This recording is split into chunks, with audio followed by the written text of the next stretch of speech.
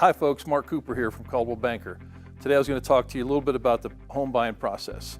First thing we do is we go out and we start talking about the product you're going to be looking for, your price bracket, and getting you pre-qualified or pre-approved with a lender. Next thing we do is we set up a portal in our MLS, and it's basically our MLS for you to see every listing that pops up on the market based on the criteria that you've asked us to look for, so that we can find that product as it hits the market and we can start setting it up to show it. One of the things I ask my buyers not to do is go on Zillow and Trulia, and they've since merged, because that information is always inaccurate, and maybe not always, but for the most part inaccurate, because those are aggregator sites, and what they're trying to do is sell listing information to agents that don't have business. So every time you pull up a listing on their site, you're going to see 3 agents next to it, and those agents are basically paying for that positioning so that they can get that lead.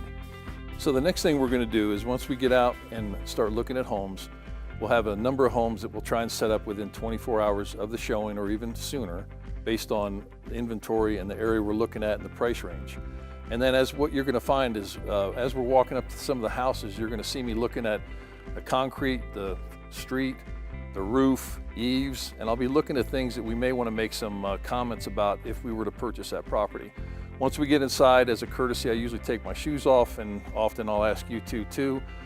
And then what we're doing is we're also feeling the property's structure from the standpoint if it's got any movement in it.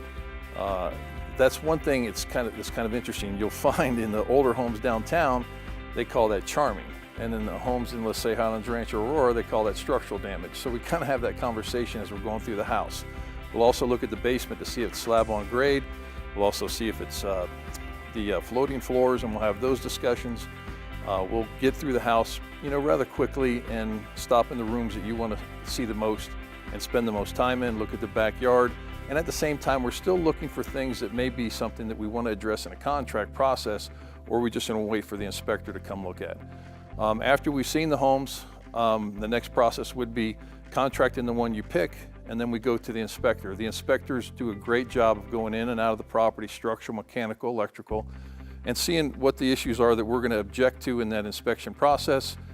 We write that up. That goes over to the seller. The seller has a chance to agree, disagree, or come up with a resolution that we'll agree to or not agree to, and that may go back and forth a couple of times. And once we're at that resolution process, then we're done with that part of the contract, and we move on to appraisal, and then we move on to title and closing and such.